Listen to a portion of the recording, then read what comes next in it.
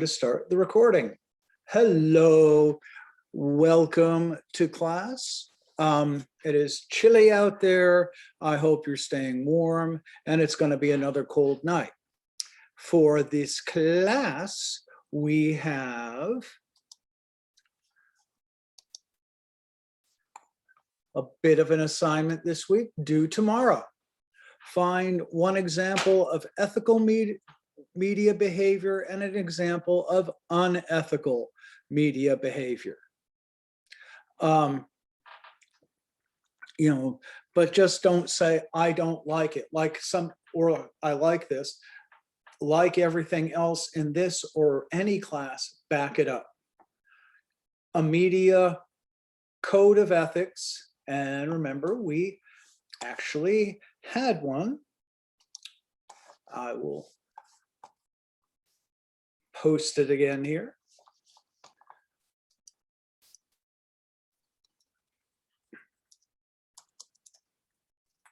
I sent it to a student who was rather having trouble dealing with such things. Here it is, Society Code of Ethics. Here is some things, shows you what good ethics should be.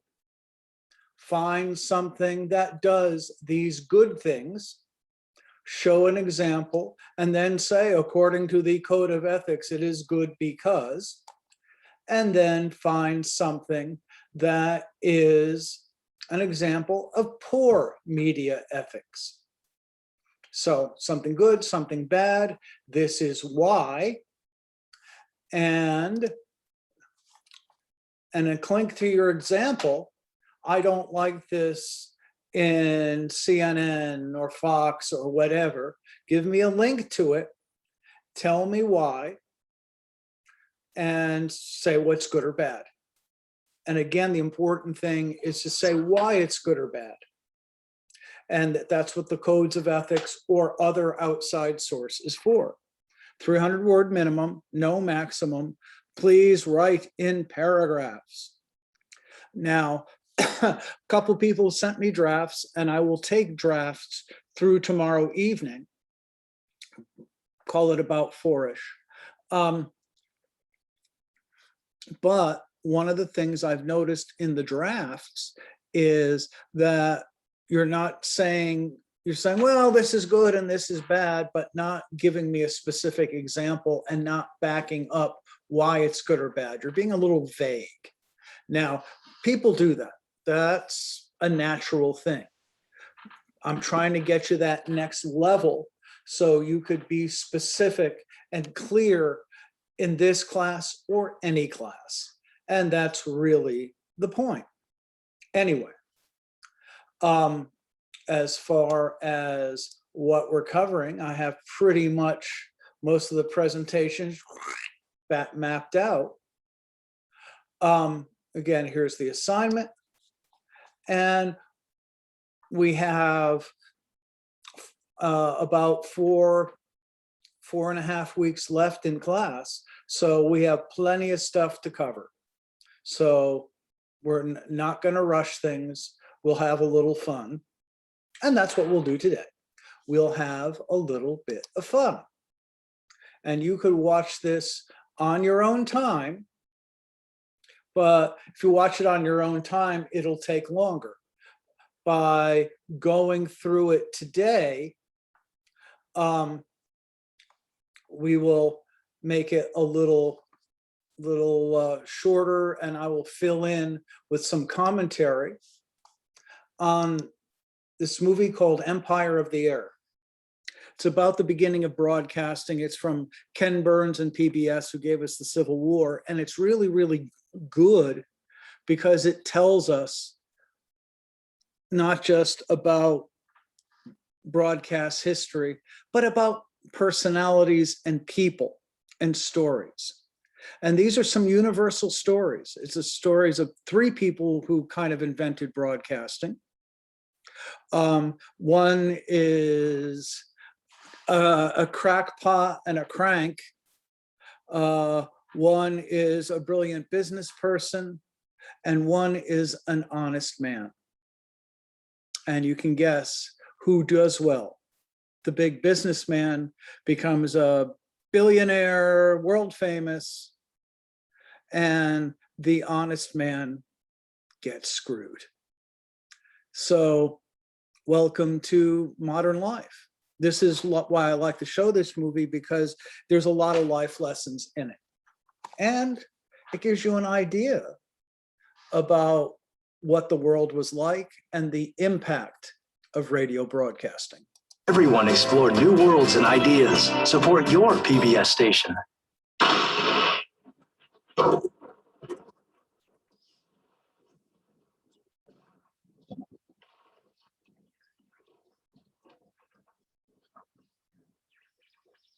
Imagine, this is what your great-great-grandparents were like, and my great-grandparents, sitting in the dark in some farm, in my case, in Vermont on my mother's side, and Seymour, Connecticut on my father's side. People sitting in the dark.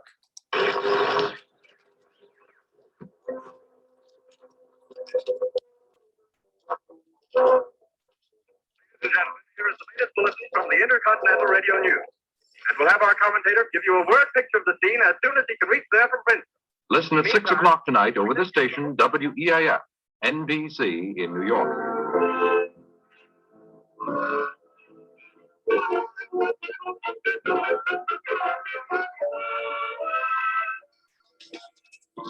This is coming all the way to London. My land plan from this, my big thing.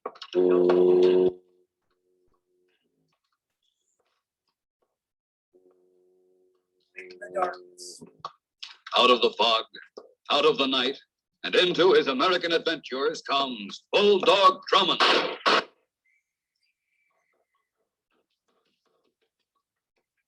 Sound itself attracts. Ask any eavesdropper. Sound is the first stirring of the infant. He hears sounds, he puts them together, and they cohere. Sounds have a romance. The sound of a cricket at night to establish mood in a radio drama. Very simple effect. The sound of thunder, the sound of rain.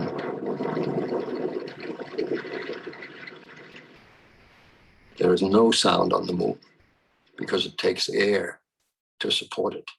The vibrations of air create the sound. And radio was a medium which employed that magic. Come on, men. We're gaining on them. They've seen us, Tom. Right, fellas? Tell me, Mr. Moody, what are your feelings about the radio? I don't hold with it, Bob. Displeases you? I don't hold with furniture that talks.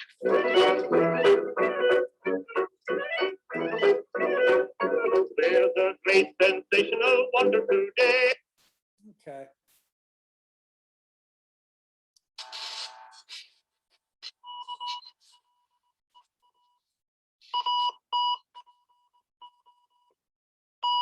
Marconi. An Italian-born inventor, Guglielmo Marconi, is remembered as the father of radio. But three very different Americans, with stories as improbable as any radio drama, were most responsible for its astonishing success. Lee DeForest, the poor clergyman's flamboyant son, who liked to call himself the father of radio. Although his enemies said most of his discoveries had already been discovered by others. Edwin Howard Armstrong, a brilliant, withdrawn inventor with a fondness for fast cars and a passion for great heights, who wanted his inventions to enrich people's lives, but who would spend a lifetime defending his work against the false claims of others. And David Sarnoff, the hard-driving immigrant from Russia, who saw infinite possibilities in a hobbyist toy, created the most powerful communications company on earth, and let nothing and no one stand in his way. We interrupt this program to bring you a special news bulletin. The Japanese have attacked Pearl Harbor, Hawaii by air. President Roosevelt has just announced.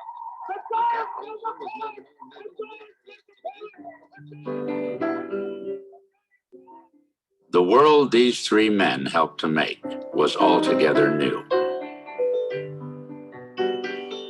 But they were driven to create it by ancient qualities: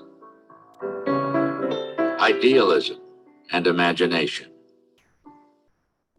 greed and envy, ambition and determination, and genius. Only one would succeed on his own terms. Let me assert my firm belief that the only thing we have to fear is fear itself. Crossing Brooklyn Bridge that morning in the rain, I saw a man leaning against the cables. Okay, and we'll start with Lee DeForest. So I'm happy to introduce one of the greatest inventors who ever lived, Dr. Lee DeForest. Okay. Who was he? A roue, a cad, a thief, a romantic, and yet probably the man most responsible for bringing radio broadcasting to the American public. Okay, he's a crook. He's a nut. His father taught at the Tuskegee Institute. Inventors were America's greatest heroes, There's Edison. and Lee DeForest resolved to be one of them. Not even his father's fervent wish that he become a clergyman could dissuade him. "I am different," he said, and he dismissed his classmates at the Mount Herman School in Northfield, Massachusetts, as hayseeds, farmers, ignorant, uncouth, rough fellows. They called him Monkey Face. Then he goes to Yale, and he wants to be an engineer. And here's Across Marconi. Salisbury Plain in England. It would spark a revolution. See, Marconi invented the radio, but his idea was to have it go point to point. It was wireless. It was the telegraph without the wires. But it was other people who said you can use that technology in a different way. 3 years later, his Marconi Wireless Company had spread to America, where he made a fortune outfitting ships. Yep, ships and safety, and that's all that good. And Saw big money to be made in wireless, and talked DeForest into becoming scientific director for a new DeForest Wireless Telegraph Company. He spread stories of a global chain of wireless stations about to be built and floated $1 million in stock. Soon we believe the suckers will begin to bite, DeForest wrote. They did bite. Stations were installed on the Great Lakes, along the Atlantic coast, in the Caribbean. Capitalization rose to $15 million. What they would do is set up very fancy demonstrations in glass-walled stations, showing people how fabulous wireless was, sell stock certificates, and then head for the hills before the station was finished. guess what? We do that on the internet today. People set up a website, look at this, invest some money, see ya. DeForest. So, okay, he was a crook. And Then everything went sour. His wife showed no interest in his experiments, refused to consummate their marriage, and was seen with a wealthy brewer.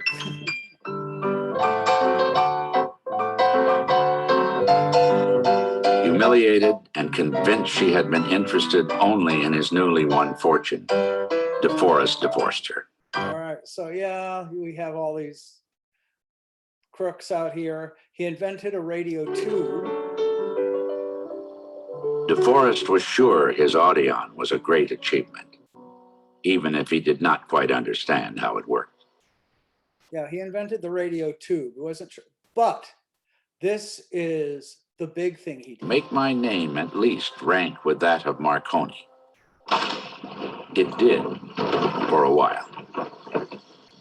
Armed with his new device, he now resolved to carve out for himself what he called an invisible empire of the air, sending out music and the human voice to eager listeners. This is his invention.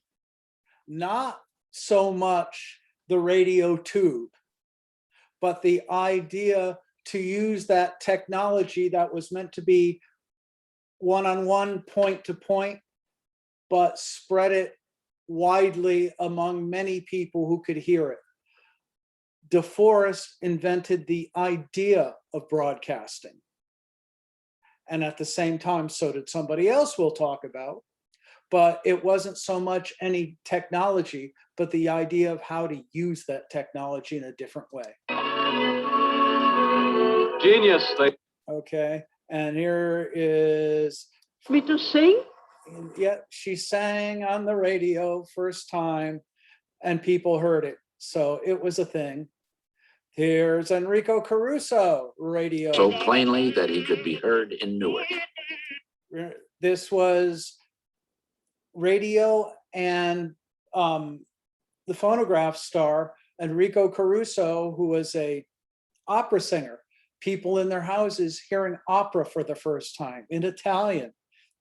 And if you're living in Cleveland, Tennessee, that's a big deal.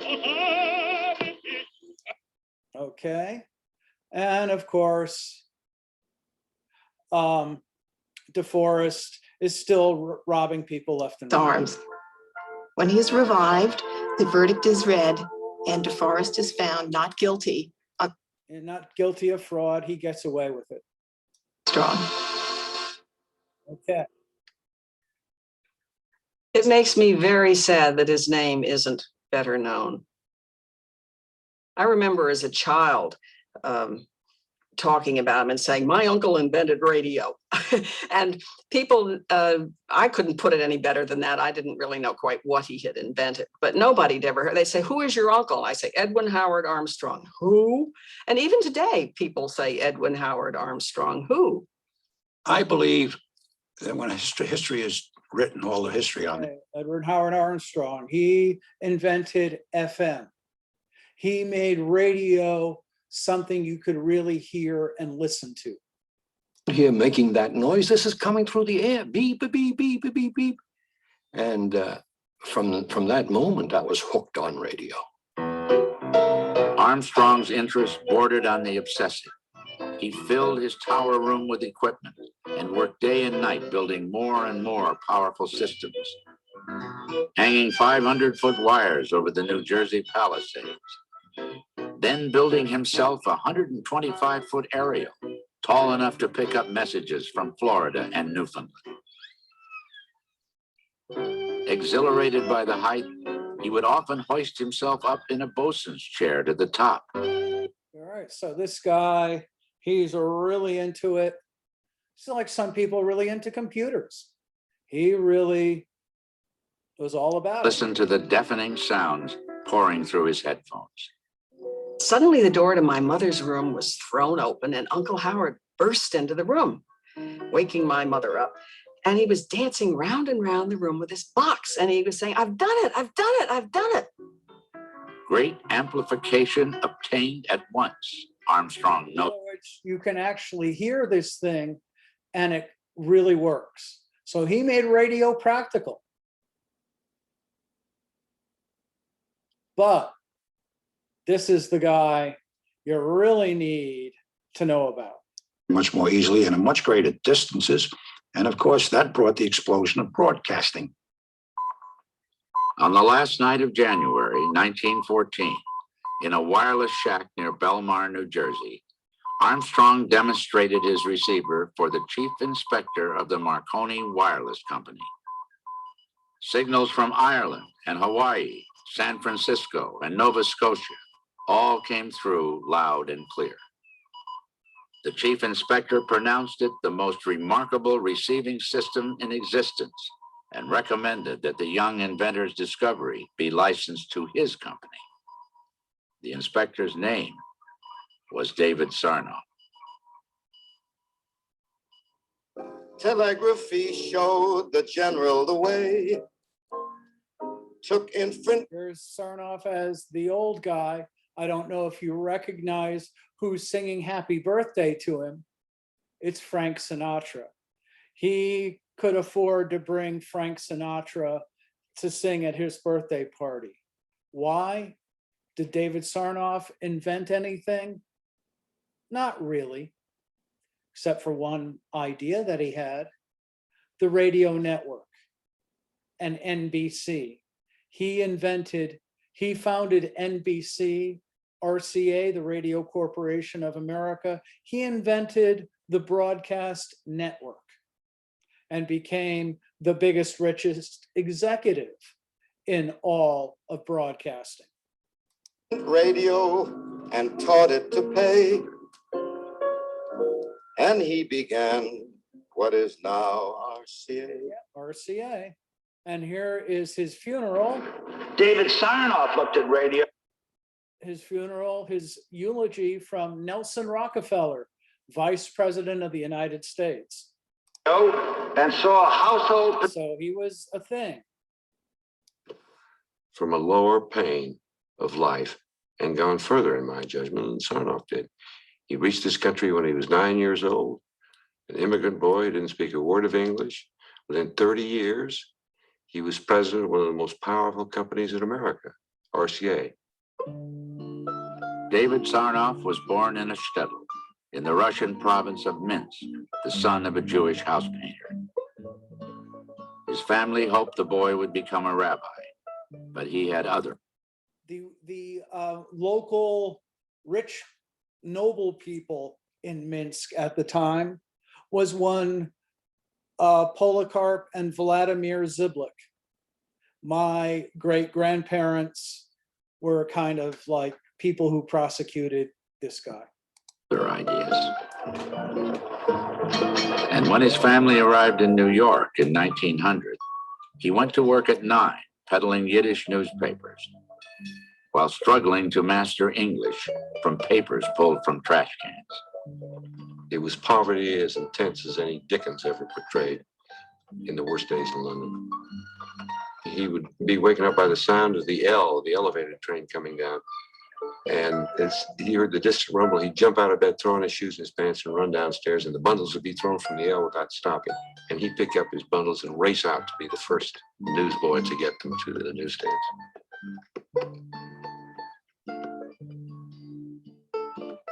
By the age of 14, he had bought his own newsstand and put his younger brothers and even his father to work.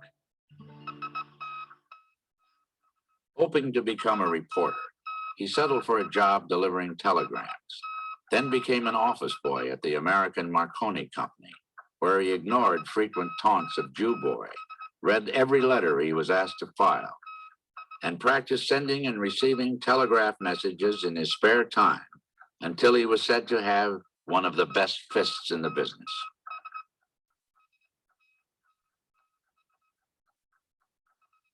They used to play tricks on him. Like, for instance, some lumber would arrive, and they would say, oh, yes, Davy Sarnoff takes care of that, you know, and so they would refer all sorts of things to him. Well, he always took care of them. But so he was a figure of ridicule at first, but he took himself seriously and gradually got other people to take him seriously. When Marconi himself visited the office, the 16-year-old Sarnoff made a point of introducing himself as the firm's newest employee. We were on the same wavelength, he said later. Soon he became Marconi's personal messenger, given the delicate task of delivering flowers to the inventor's many mistresses scattered about the city.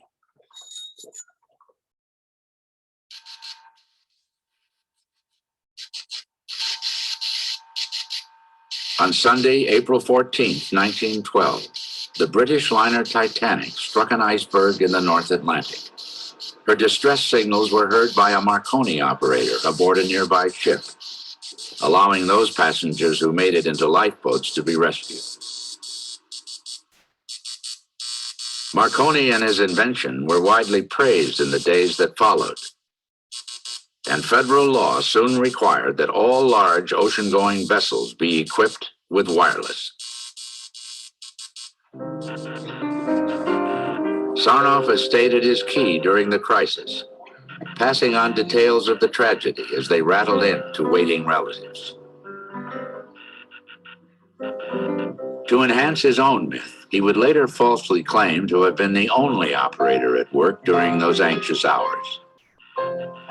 Newspapers hailed him as the boy wonder of radio.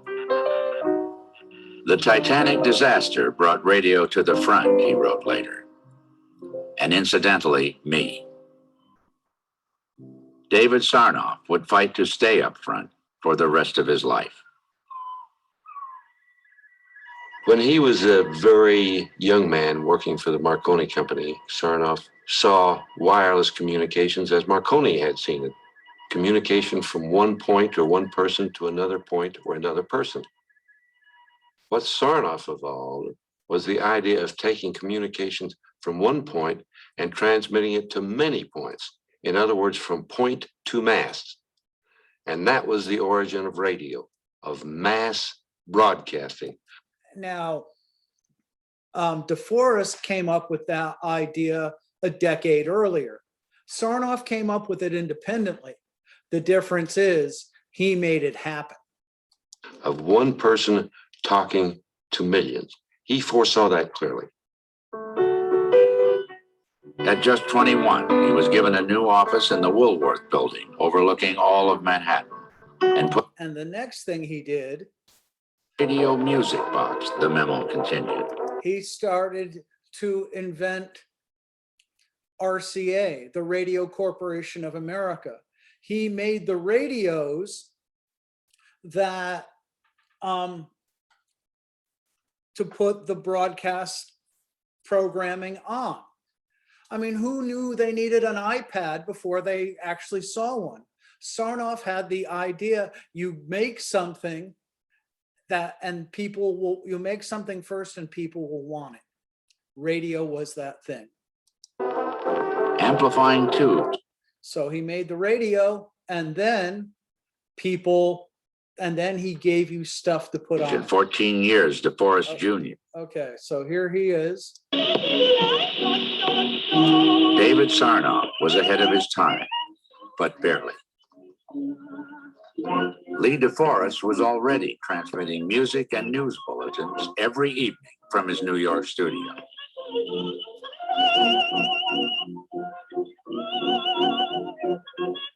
And the news of Howard Armstrong's regenerative receiver had enraged him. Armstrong was fresh out of college and 14 years DeForest Jr., yet claimed to understand his discovery better than DeForest himself did. And he had accomplished more with it in 2 years than DeForest had. So what happens is Sarnoff hires Armstrong to make the radio workable. Sarnoff became its general manager. Lee DeForest had scorned. Okay, it's World War I.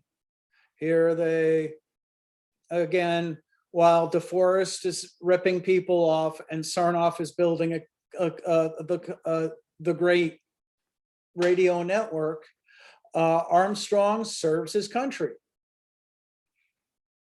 Puts the radio in the airplanes. And unable to pay. Armstrong's lawyers told him the sensible. And so Armstrong and DeForest sue each other over who controls radio. And ultimately Armstrong wins. But meanwhile, Sarnoff is making radio. Plain Bill. Keep on the sunny side, always on the sunny side. Keep on the sunny side of life. I think that the world, the America that radio leaped into and fascinated was really a quieter life than what we know. WLAG, Minneapolis. My first recollection of radio is sitting on my uncle's lap and putting my head up next to his, and he had his arm around me, and the headphones went across both of our heads. I remember having a piece in my ear and putting my head next to his and hearing bands play from far away, dance music that was not allowed in our family. People, this guy's from Minnesota, rural Minnesota, from a very conservative family. They didn't like dancing. Hear the radio and you have dance music, jazz, all of this forbidden stuff. Mind blown.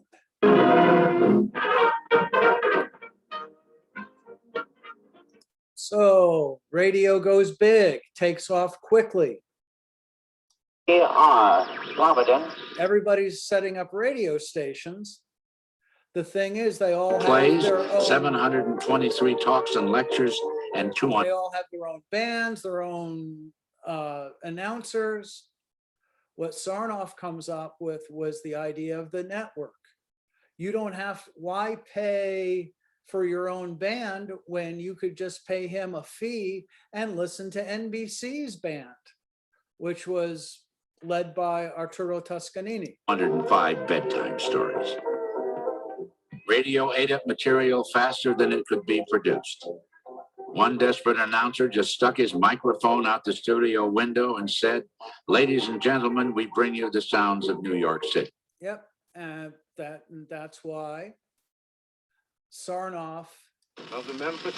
here he is, Now gives you lined up. NBC. In 1926, David Sarnoff helped forge the first radio network. He called it the National Broadcasting Company, NBC. Awaiting Lindbergh. Lindbergh is coming down at the gangplank.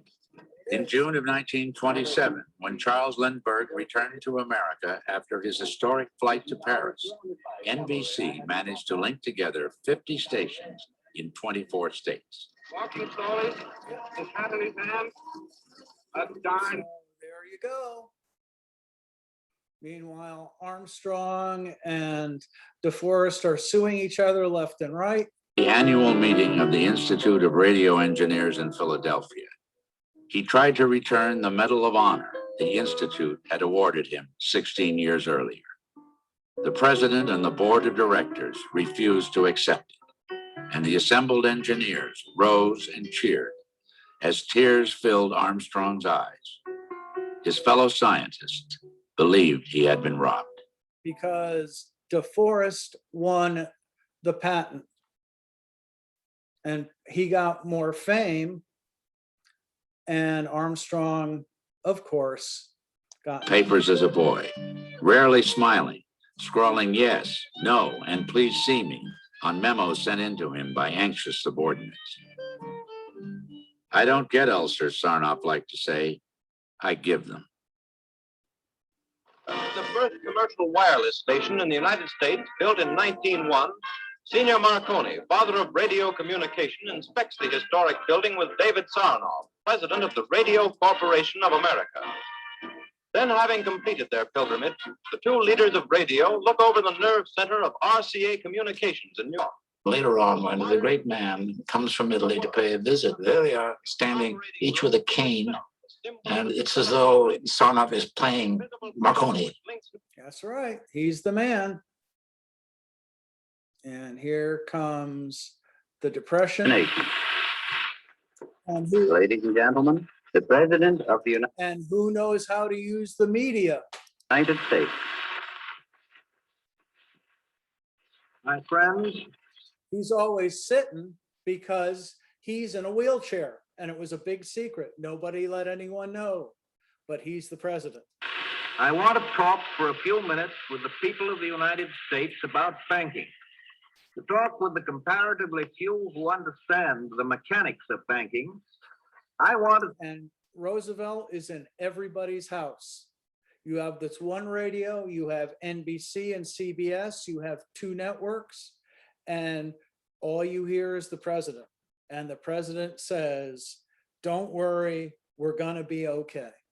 I'll tell you what has been done in the last few days. Our president took such a dry subject as banking, Will Rogers said, and made everybody understand it, even the bankers. It is your problem, my friend.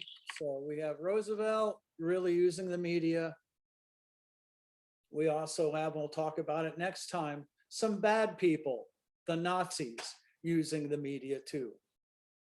Here is Toscanini and the NBC orchestra.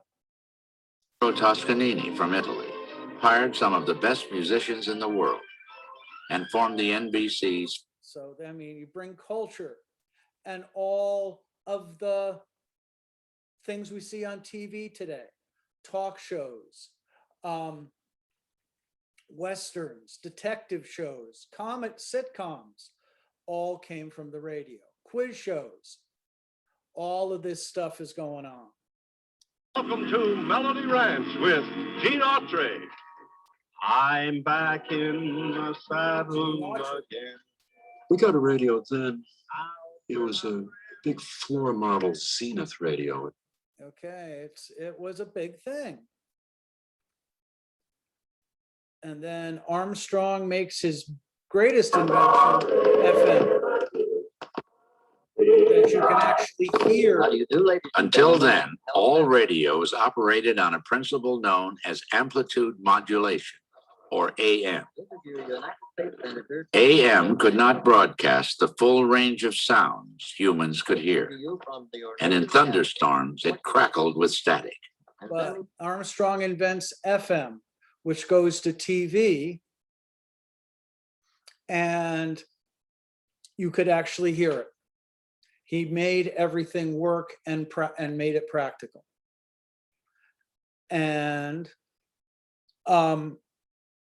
of course, Sarnoff, seeing this, buys him out.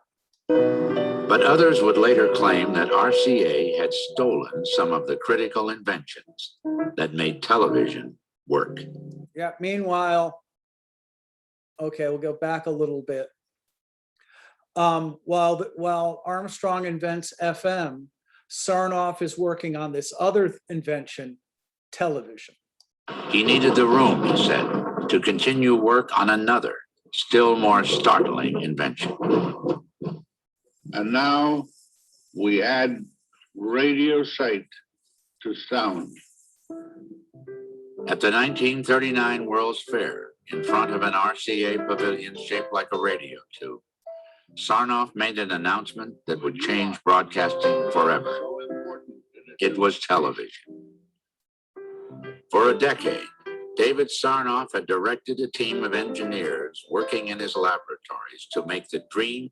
Right, he's making television, and he didn't want Armstrong to come get in the way with his FM radio, because then you'd have to retool everybody's radio and every station. And NBC would have to invest $1 gazillion in its radio network to make FM. So he didn't want it. Himself into the work. By frequency modulation, these relay programs. Anyway, so Armstrong tries to be independent, make his own radio stations. Okay, here's World War II gets in the way. Everyone fights World War II, which is a good thing. Of the United States.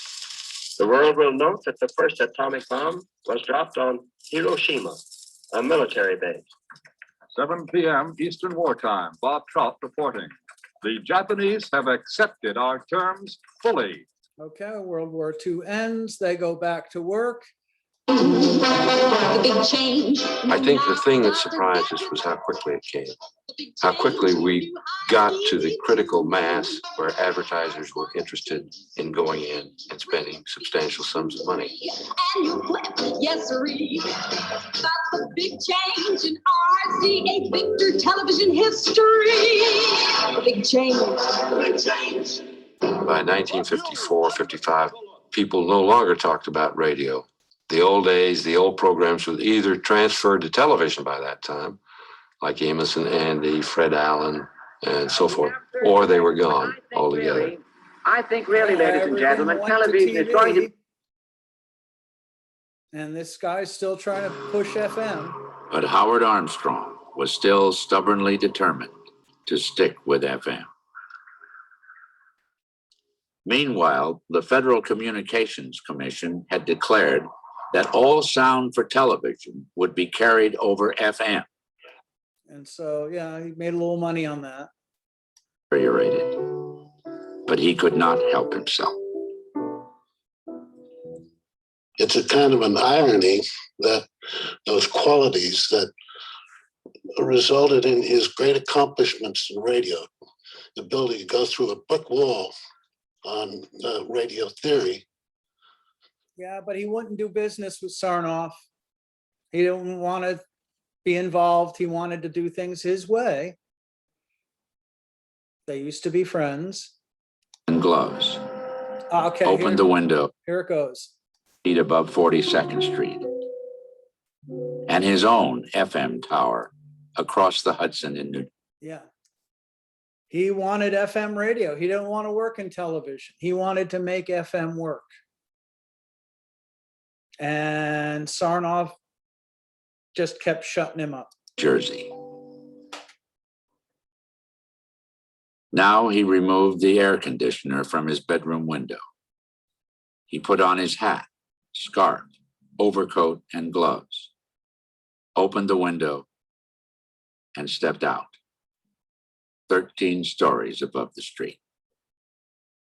A maintenance man found his body on a third-floor terrace the next morning. Killed himself. People would not listen to him about how good radio could be on FM. 10 years later, of course, when all the radio programs went to TV and they started playing music, Armstrong was proven right. But he was gone.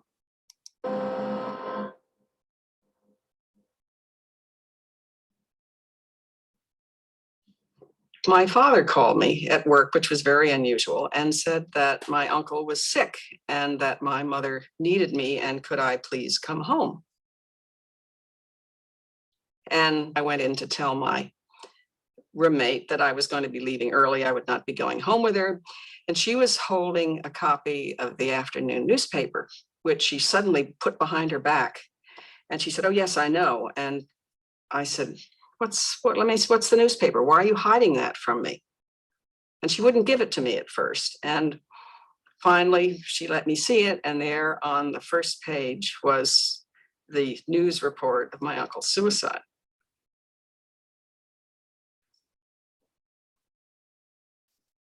Yep. There you go. You have the fast-talking crook. You have the brilliant businessman and the brilliant, honest inventor. Look what happens to the honest man. There's some lessons in that. Think about it. We'll have less sad news next week. We'll go back through the history of broadcasting and start with television. But in television, unfortunately, we have another sad story. If you want to make money in the media, it helps to be a business money person or a crook. Being honest doesn't always help in life. So there's some life lessons here, stuff to think about. Anyway, I hope you have a decent, lovely weekend. I will take drafts until, I'll take drafts of this assignment until tomorrow afternoon. I hope you can be happier outside. Have a great weekend, guys. Have a lovely Easter.